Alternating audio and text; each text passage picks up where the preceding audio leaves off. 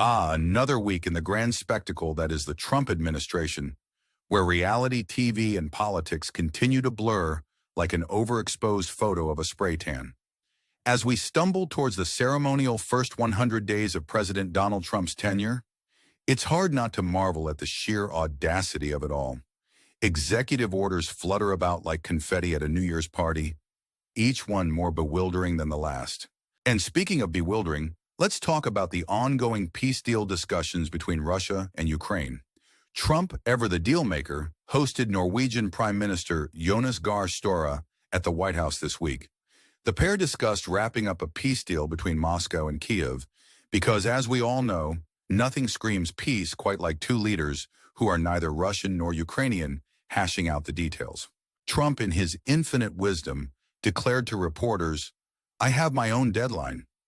Yes, because what better way to achieve peace than by following a timeline that probably popped into his head while daydreaming about his next golf outing. "Everybody in NATO wants to see this thing happen," Trump assured us, presumably while everyone in NATO collectively rolled their eyes. Alas, the White House remained mum on the specifics of this magical deadline. One can only assume it's aligned with the lunar calendar, or perhaps the airing of the next Apprentice reunion special. Meanwhile, Vice President J.D. Vance, the administration's resident optimist, revealed that a proposal is indeed on the table. But in a plot twist worthy of a soap opera, if neither party agrees, the U.S. will simply take its ball and go home. The deal as it stands would require both Russia and Ukraine to relinquish some territory, but apparently the lines would stay close to where they are today. So essentially, we're rearranging deck chairs on the Titanic and calling it progress. In other news, Secretary of Defense Pete Hegseth is currently experiencing the kind of PR crisis that only a Trump cabinet member can. After a New York Times report suggested Hegseth shared sensitive military information in a Signal group chat that included his wife, brother, and personal lawyer, the White House leapt to his defense. Because nothing says monumental change at the Pentagon like using a messaging app to discuss military operations. White House Press Secretary Caroline Leavitt, channeling her inner spin doctor, assured the press that this was all part of Hegseth's revolutionary approach to defense.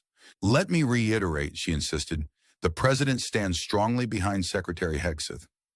Well, of course he does, after all. What's a little classified information between family and friends?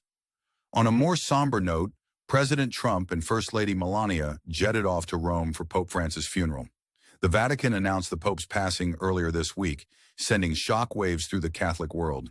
In a show of respect, Trump ordered U.S. flags to be flown at half-staff, a gesture he might have appreciated more if they were emblazoned with his name. Vice President Vance, who met with the Pope just hours before his death, will likely have some explaining to do when he returns stateside. Coincidence? We think not.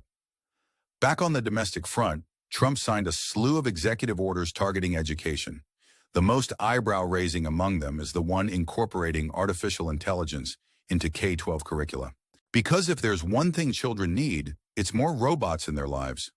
Meanwhile, the Education Department announced it would resume collections on defaulted federal student loans, a move sure to endear them to millions of Americans still recovering from, well, everything.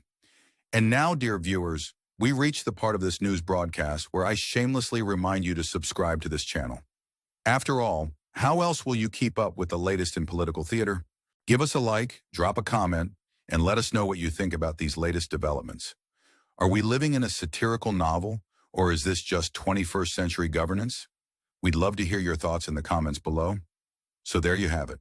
Another week, another whirlwind of executive orders, international intrigue, and domestic policy shifts, all served with a side of satire. As we hurtle towards the next 100 days, one can only wonder what new absurdities await us in the grand experiment that is the Trump administration. Stay tuned, stay skeptical, and remember, in the world of Trump, everything is possible, except perhaps a dull moment.